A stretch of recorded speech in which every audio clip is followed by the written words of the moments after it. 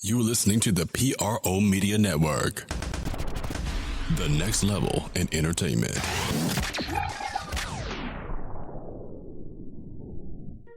Go Tigers, go Tigers, go Tigers, go Tigers, go Tigers, go Tigers, go Tigers, go Tigers, go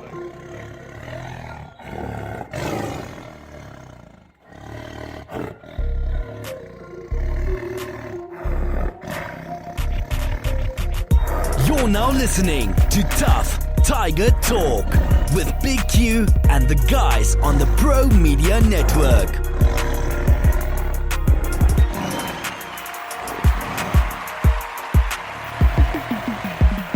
Welcome to TUFF Tiger Talk.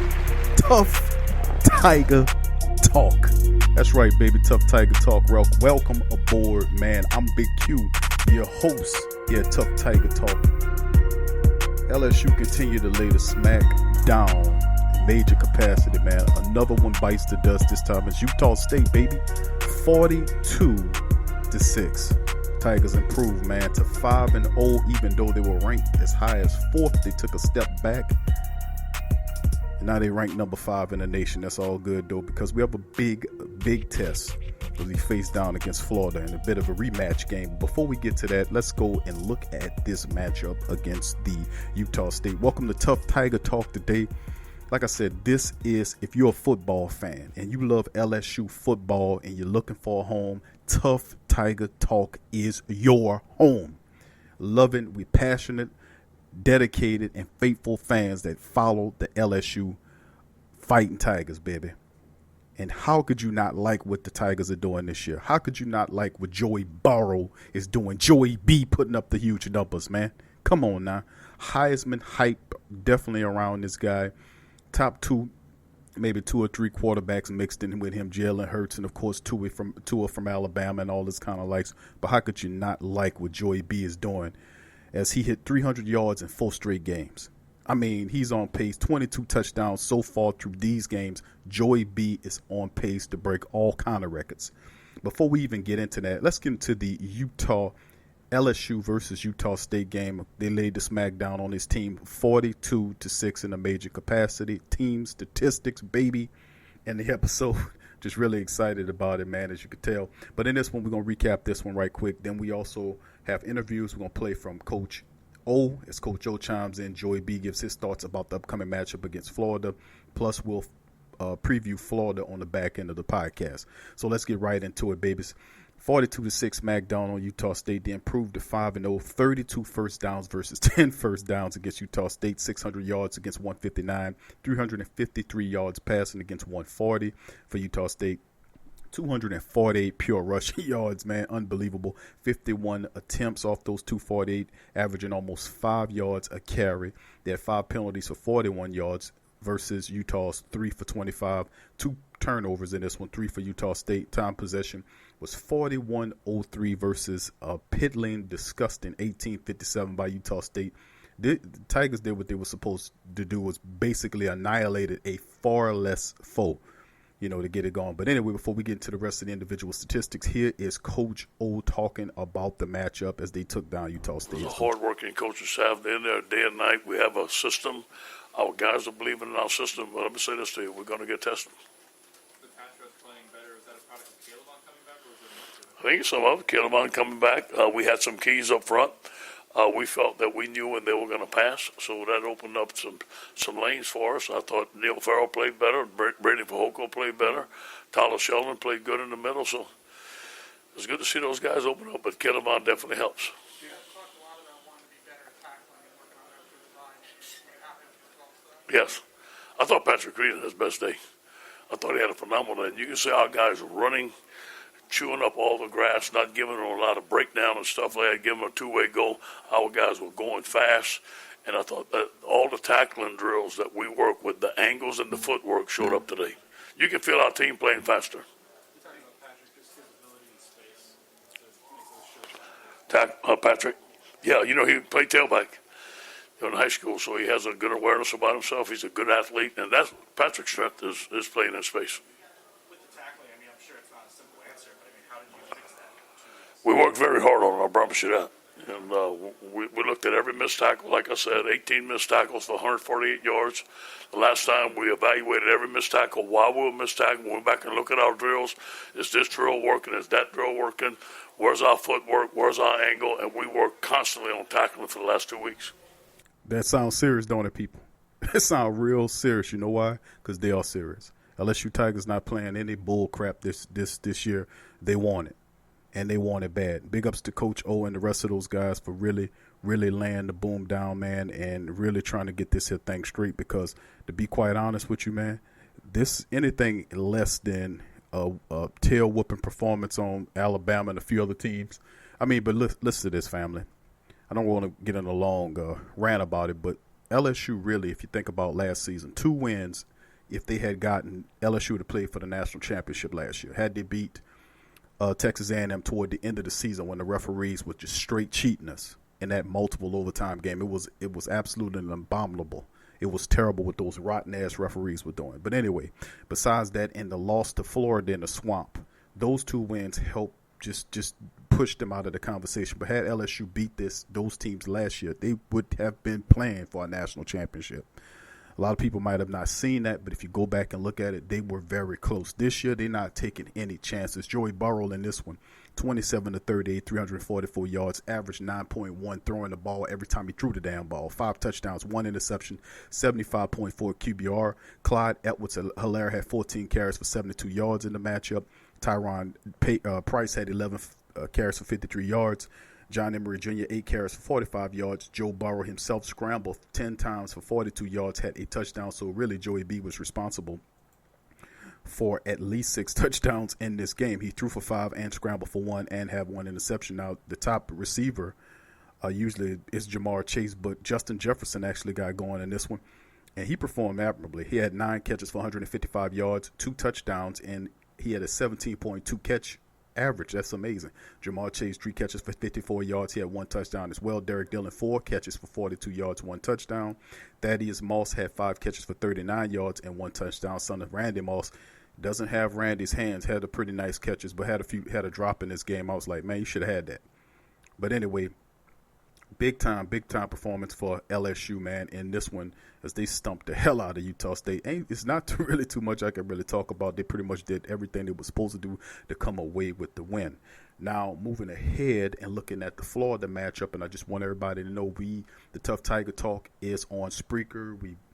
You can listen to us on iHeartRadio. We're on Apple Podcasts and pretty much wherever podcasts are, Spotify, whatever. We are there.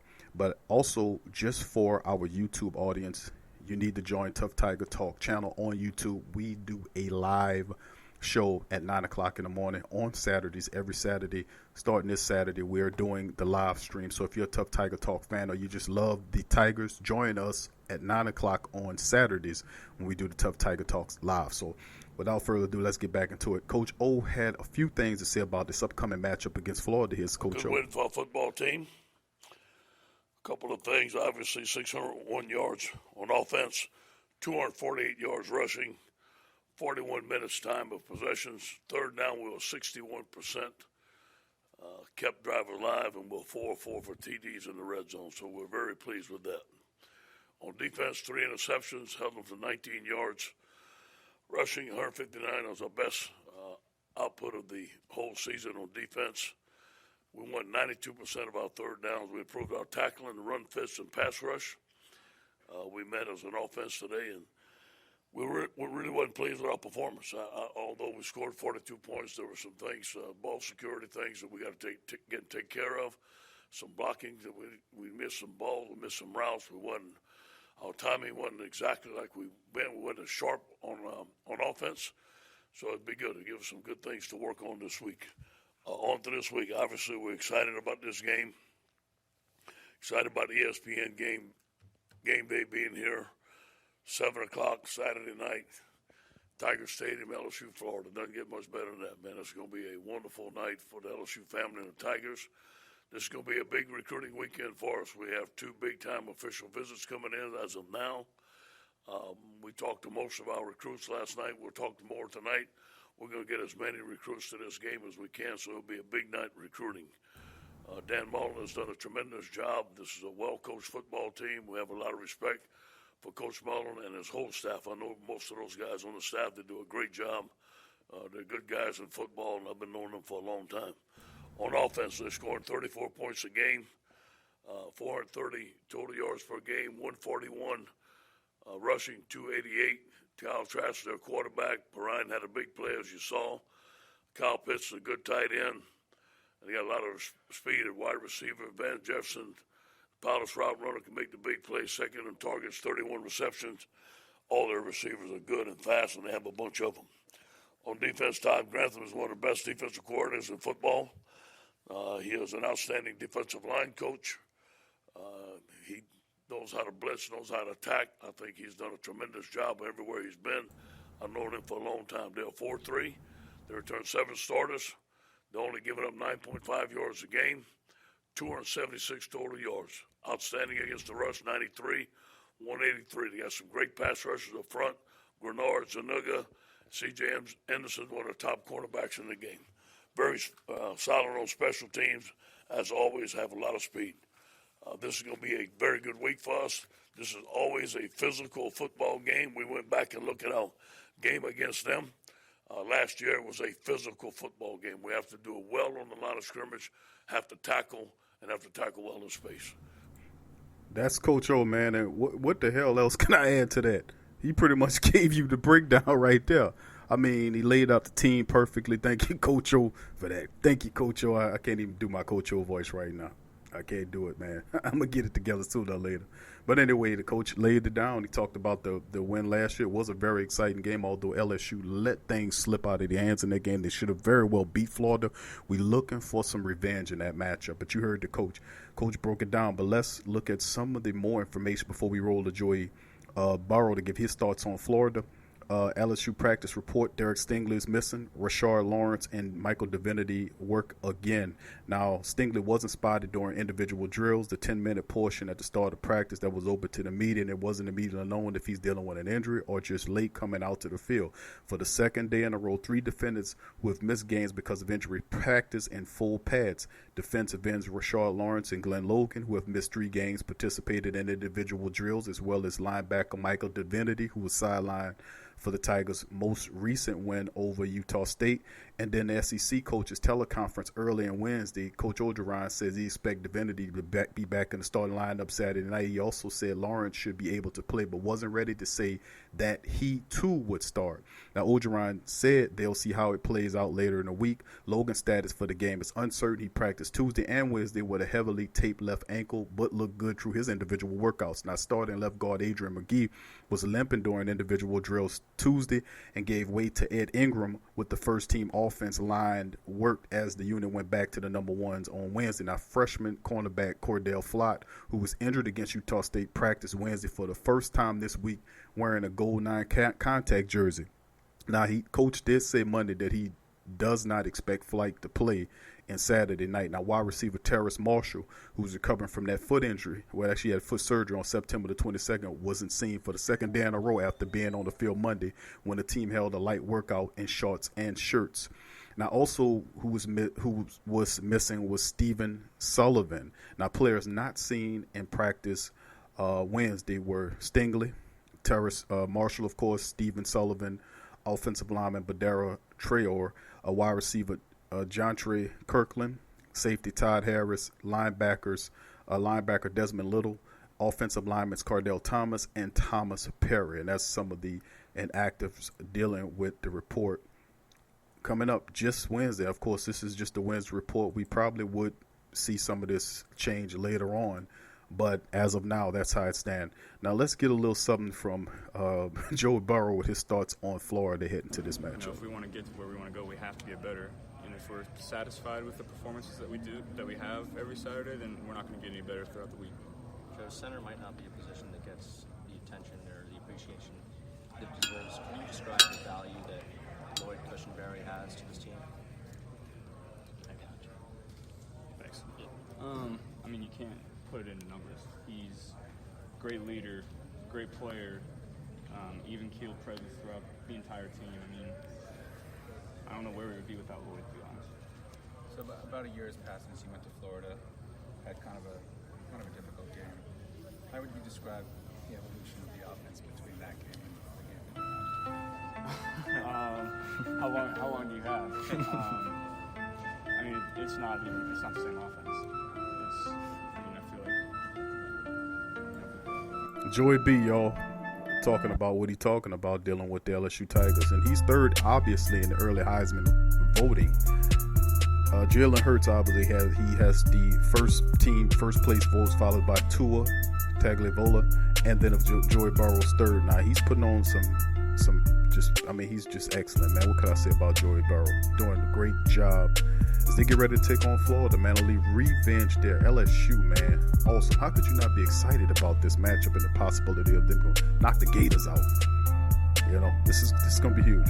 First in the nation, scoring 54.6. Second, 416 passing yards. I mean, they just looking terrific. But anyway, that'll do it for Tough Tiger Talk on the PRO Media Network. Please subscribe, share, like, and hit the bell for notifications. HomeBistro.com. Freshly prepared, home-delivered, restaurant-quality gourmet meals delivered straight to your home. Choose from over 50-plus gourmet meal options cooked by world-class chefs and delivered frozen, ready to eat within minutes and no commitment. Welcome to the one-shop gourmet food delivery specialized affordable options to eat right and feel great. 100% satisfaction guaranteed. Every ingredient is handpicked to the highest standard. And why you should buy from HomeBistro.com? Restaurant quality made with natural ingredients delivered right to your door. Overnight shopping is available. Diabetic, paleo, heart health, and vegetarian options to eat doing business since 1999. Courteous, knowledgeable, and professional support. Complete PCI compliant SSL security ordering and great meals. Choose from some of my favorite dishes: the Mediterranean chicken with orange honey sauce, the charbroiled chicken romesco, or the grilled chicken breast with sweet and spicy vegetables. No matter what you choose, you can't lose with HomeBistro.com. Eat great, feel good, and save some money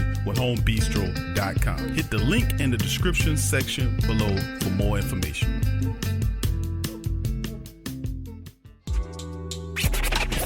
I'm a Saints and Pelicans fan, so the only podcast I can get my fix is The Sports Coma with Big Q. The guy's intense, funny, and they always keep it real.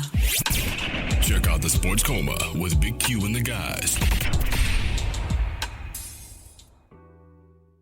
TheWhoThatDaily.com. That's right, TheWhoThatDaily.com. Your one-stop shop for everything New Orleans Saints, New Orleans Pelicans, LSU Tigers, and even the top-flight boxing news. So if you're a Who That and you're looking for a place to stay up on your team, TheWhoThatDaily.com is your site. TheWhoThatDaily.com for the sport Who That in all of us.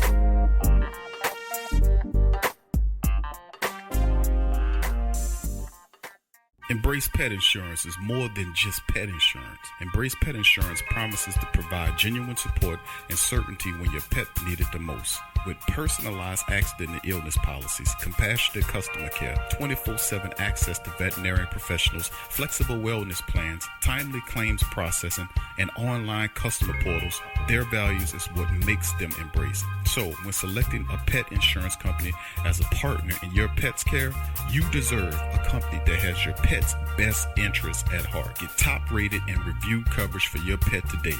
Up to 90% back on bills at any vet, total protection, pet insurance and wellness, and dependable claims payments. Get the top-rated and reviewed coverage for your pet today. Go to EmbracePetInsurance.com. That's EmbracePetInsurance.com. Check the link in the description section below. Are you a boxing fan? Check out Ring Kings Boxing only on the PRO Media Network.